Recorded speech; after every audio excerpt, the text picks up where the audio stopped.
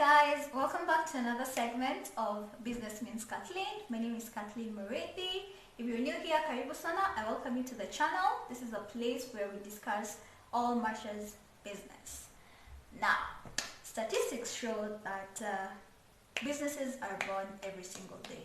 However, unfortunately, only a few of these businesses get to witness their second birthday. Why is that?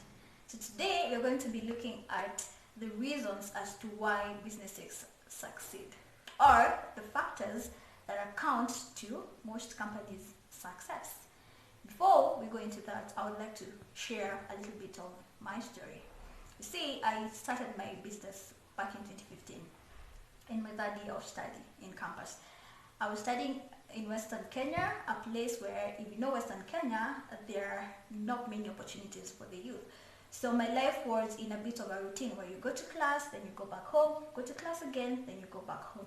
So in the process of being in that sort of routine, I would spend quite a considerable amount of time in the library because you have to pass time, lest you get bored, and that is not a life that you want to live, especially in campus. So now, one day, while I was going about my day, I realized that there are screens in the library and they're not doing as much. And I was lucky to have been exposed to technology from quite a young age, and with the advent of technology at that particular point in time, I knew something called an Android box and I knew how to work around it. So, of course, approached the relevant people, and within quite some time I was able to have 2 or 3 screens in the library where I would market businesses for the students, my fellow students who are in the school. So slowly by slowly, I was able to develop my skills in business because I am a science student, so it's not something that came out naturally. The reason why I'm saying this is that over this period of time, before I started my business and before I got to refine my business idea, because ideally, what I started doing is not what I'm doing now. There are 5 things that are always come into my mind, and especially when people come and ask me, hey, how come your business has been able to adapt to so many things that have come its way? So we're going to be looking at these 5 things. Reason number 1, idea.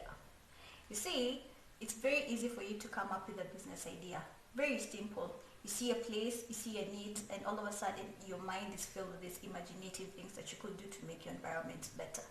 However, you need to refine your idea as much as possible, because if you don't, you'll have to do a lot of recalculations, which take time, which take money, and these are resources that you cannot afford to lose, especially when starting out your business. So think it through, analyze it, go back and forth, just ensure that when you're starting, your idea is as refined as possible. Of course, you're not going to be as perfect as you want to, but try as much as possible to have as little mistakes as possible when it comes to your business idea. Reason number 2, team. Now, I want us to look at team from the whole aspect of relationship management. As a business person, you're going to interact with so many people in that journey. The first one, your customers. The other one, the team, the people that you're going to be working with. The other one, partners. Now, with the whole composite of relationship management, there are different dynamics that you can approach this from. But the most important one is customers, because you know what? Customer satisfaction is your biggest strategy here. And there's a saying that goes, everybody has a plan until they get punched on the face. And the people that will do this to you, especially when in business, are your customers. Your customers will punch you on the face so many times, and you need a team that will be able to adapt to these new realities. So think it through and identify what are the 3 aspects that you're looking for when building a team.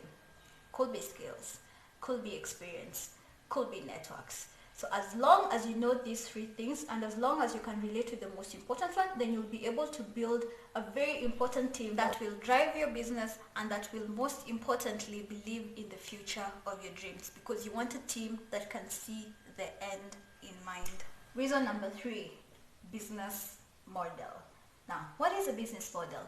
This is a roadmap that will guide you on how you're going to keep on generating revenue within your business that is going to keep your business afloat regardless of whatever happens within your industry.